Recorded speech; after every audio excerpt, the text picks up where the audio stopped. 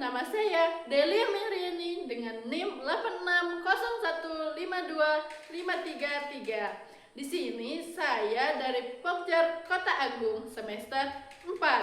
Di sini saya akan memenuhi tugas mata kuliah pembelajaran mikro dengan dosen pengampu Ibu Nur Elpawati, SPD, MPD. Selamat menyaksikan.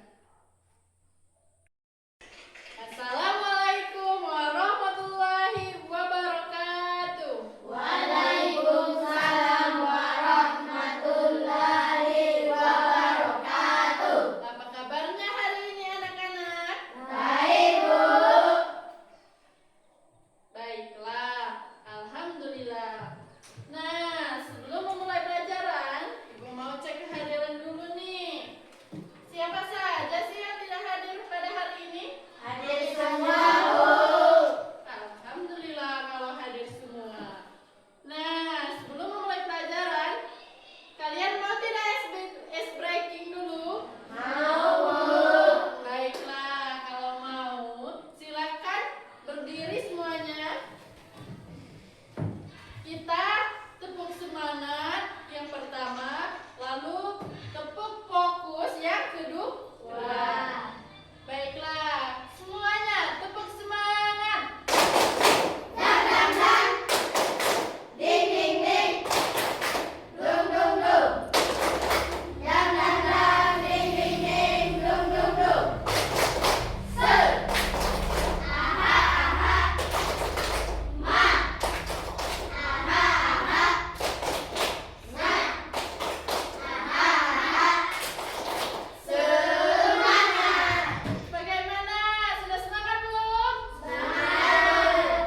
Baiklah, yang kedua kita tepuk fokus dulu agar kita fokus untuk belajar. Baiklah semuanya, tepuk fokus. Melihat, mendengar, mengingat, fokus. Bagaimana? Sudah fokus belum? Fokus. Baiklah, Ibu persilakan untuk duduk. Nah, di sini Ibu mau tanya nih, siapa sih yang masih ingat pelajaran kita minggu lalu? Saya, Bu. Ya, apa? Pengertian makhluk hidup. Ya, pelajaran kita minggu lalu yaitu tentang peduli terhadap makhluk hidup yang ada di lingkungan rumah kita. Pengertian makhluk hidup. Yang pertama, pengertian lingkungan rumah kita atau rumahku. Lingkungan rumahku adalah segala sesuatu yang ada di sekitar tempat tinggalku, meliputi halaman rumah, pekarangan, tanaman, hewan peliharaan, udara, tanah, dan juga orang-orang yang tinggal bersama maupun tetangga di sekitarnya.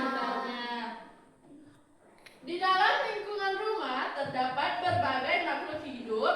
Siapa saja sih yang bisa menyebutkan apa saja makhluk hidup yang ada di sekitar lingkungan rumah kita? Saya, Bu. Ya, Anugerah silakan. Tumbuhan, hewan, dan manusia. Iya, makhluk hidup yang ada di lingkungan rumah kita itu seperti manusia, hewan, tumbuhan yang saling berhubungan dan membutuhkan satu sama lain. Yang kedua, bentuk-bentuk kepedulian terhadap makhluk hidup di lingkungan rumah. Kepedulian terhadap tanaman. Apa saja sih? Tumbuhan adalah makhluk hidup yang memberikan banyak manfaat bagi kita. Seperti menghasilkan oksigen, memberikan keteduhan, dan memperindah lingkungan.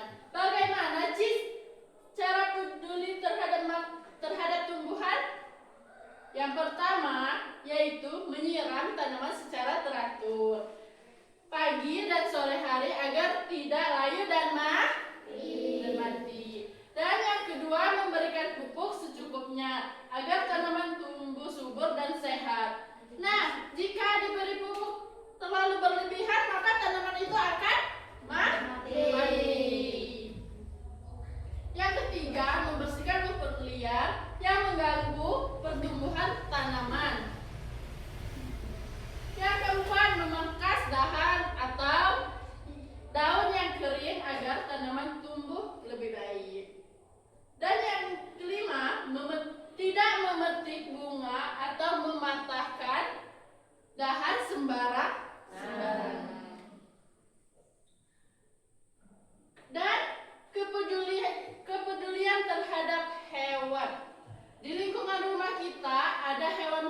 peliharaan. Siapa sih yang bisa menyebutkannya? Saya, Bu. Ya, silakan Ali berdiri. Kucing, anjing, ikan, burung. Iya, hewan yang ada di lingkungan rumah kita ada hewan peliharaan seperti kucing, anjing, ikan, burung, maupun hewan kecil yang hidup di sekitar, seperti kupu-kupu, cacing tanah. Cara peduli terhadap hewan bagaimana sih, Bu? Nah, cara peduli terhadap hewan yaitu memberikan makan dan minuman yang cukup serta teratur bagi hewan peliharaan. Yang kedua, membersihkan kandang atau tempat tinggal hewan agar tetap bersih, sehat, dan tidak berbau.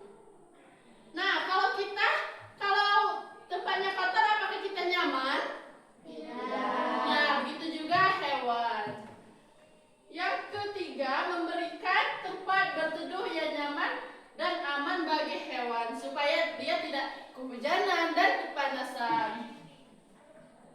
Dan yang keempat, tidak menyakiti, memukul atau mengganggu hewan secara berlebihan. Dan yang kelima, memberikan hewan kecil seperti cacing atau lebah hidup dengan tenang. Karena mereka membantu menyuburkan tanah atau penyerbukan tanaman. Nah, sedangkan kepedulian terhadap manusia dan lingkungan hidup lainnya. Yang pertama, menjaga kebersihan lingkungan rumah agar bersih, tidak berbau, dan bebas penyakit sehingga semua penghuni rumah sehat. Dan yang kedua, membuang sampah pada tempatnya, memilah sampah agar lingkungan tidak kotor dan tidak mengganggu makhluk lain. Yang keempat, menghemat penggunaan air dan listrik karena sumber daya alam adalah milik semua makhluk hidup. Yang keempat, menghormati dan saling membantu anggota serta tetangga. Maka saling bantulah. Manfaat peduli terhadap makhluk hidup di lingkungan rumah. Yang pertama, lingkungan rumah menjadi bersih, asri, sejuk, dan enak dipandang. Yang kedua, semua makhluk hidup tumbuh sehat, kuat, dan dapat hidup dengan nyaman. Dan yang ketiga, menciptakan suasana damai, aman, dan rukun antar sesama penghuni rumah maupun tetangga. Dan yang terakhir, yang keempat, terhindar dari berbagai penyakit yang timbul akibat lingkungan